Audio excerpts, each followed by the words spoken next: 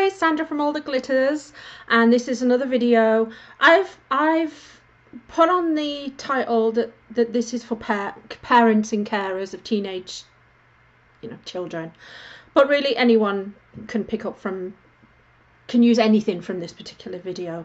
But it is particularly, I wanted to talk to parents because I do get a lot of parents contacting me.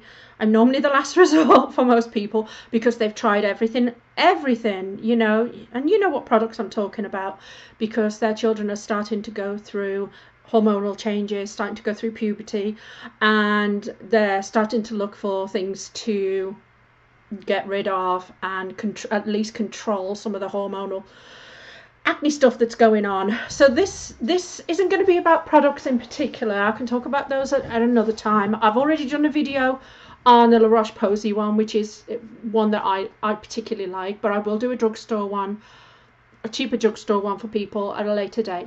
This is in particular just day-to-day things that can be done, because if you, and I don't mean to disrespect anyone, I really don't when I say this, but because people tend to, because let's face it, we have more social media these days, so people tend to be seen more than back in my day when, we didn't have this. So we didn't have somebody talking about it other than your parents. You didn't have other youngsters to talk to and stuff like that.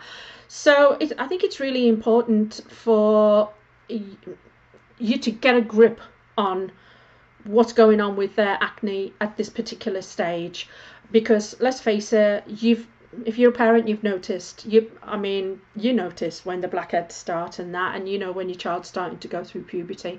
And then if you've been an acne sufferer yourself, it's like, oh my gosh, I don't want them to suffer like me. And because they have a few more choices these days. So these are just a few useful hints and tips. So apart from them not touching the face, which is a big one, however, I'm a face toucher. I am. I'm always like this or like this.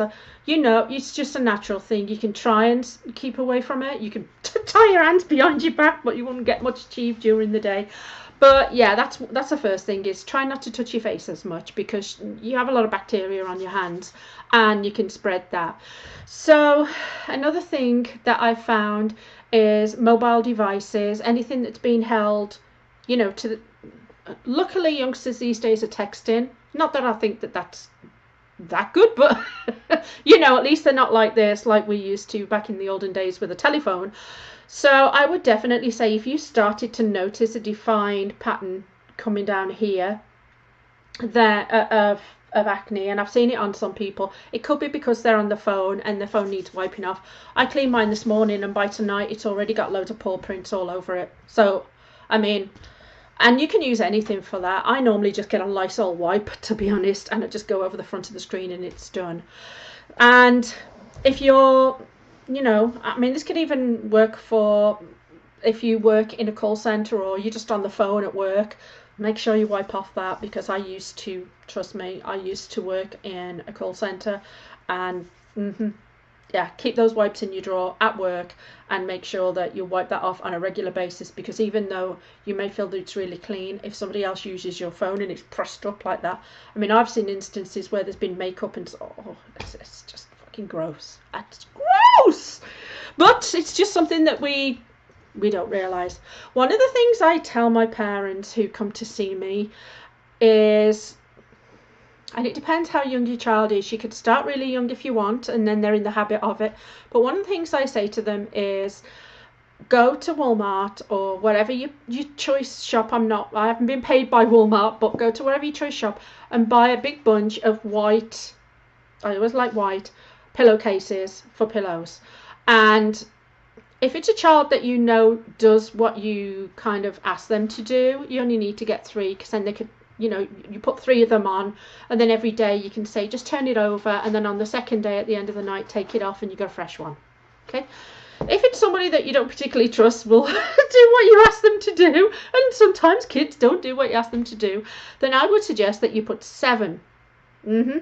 You get 7, put them on the pillow, and then every day when they get up, you want them to take one off, put it in the hamper if they're good enough to put it in the hamper, and then at the end of the week there should be 7 in that hamper for you to wash.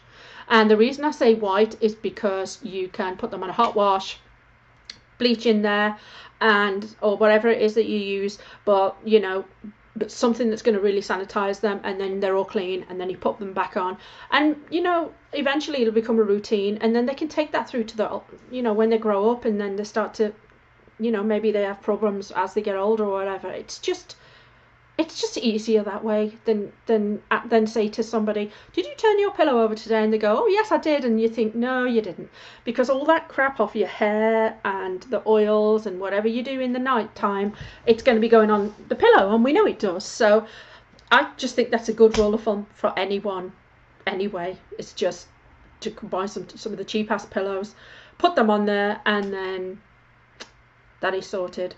If your child is, and a lot of children do a lot of sports and that, one of the things you can't ask them to do, well, you can ask them, but the chances are they won't, is, you know, after you finish playing the game, go in and go wash your face and do all this. Who wants to do that realistically, you know? However, when the perspiration that they get from playing the games that they do, when they do sports, you know, they're going to get it from the head and then in the back and stuff like that.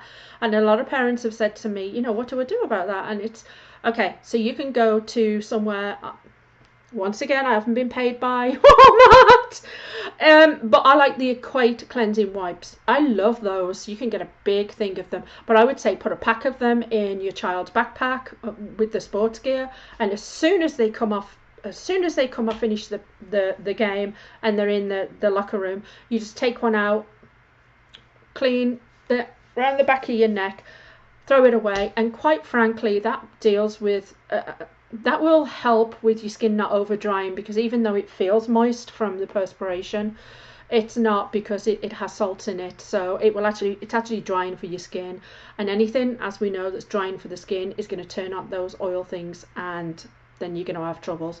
So that's another good thing, just another good suggestion that I think for your kids. Another thing that I always say to my customers is, if you're lucky, your child will take a shower every day. I'm hoping they do. But if they do, one of the things that you can do, because, you know, as adults, we don't want to spend that much time in the bathroom going through a 3 or 5 or 10 or whatever step routine. Why would a teenager want to do that? However, what they can do is get them some washcloths for when they go in the shower. And like I say, I get white. I would suggest white. And then when they're in the shower, just ask them to go around the face in circular motions to clean the face off with a, you know, whatever cleanser you put in there. Do it, rinse it off. And then the good thing is that once they come out of there, is just to have some of that spray mist sitting on the side, or even have it in the shower. It's up to you. The hydrating mist, you can make a nice big batch, everyone can use it, and then, you know, while the skin is still moist, they can just spray. At least you know that they've got some moisture on the skin, because, you know, let's face it, I'm going to say it again, if your skin feels too dry, it's going to turn on those oils, and the oils are going to start, you know, coming to the surface of the skin. They're probably already backed up anyway, because they're going through puberty, so the oils are going to be all the place anyway. So I would suggest doing something like that. Washcloth in the shower, circular motions on your face, just do that. And then hydrating mist, which you can either buy one or you can make one yourself. And, you know, that's all they've got to do. 2 steps. How difficult is that? I don't know. For some people, it may. I actually have some children coming through to see me.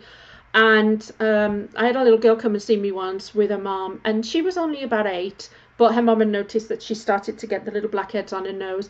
And one of the things I suggested to her mom is that she goes and gets her like her own little cleansing, it's like a little case, and put some little cleansing stuff in for her. So when she goes in to the bathroom, to, you know, girls start from a young age these days, and boys, but you know, this was a little girl. When she goes in, she's got her own thing. She got her own thing that's hers.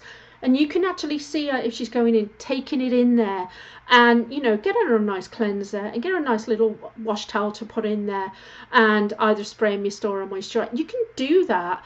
And if you, like I say, if you start young enough, they get hooked on that straight away.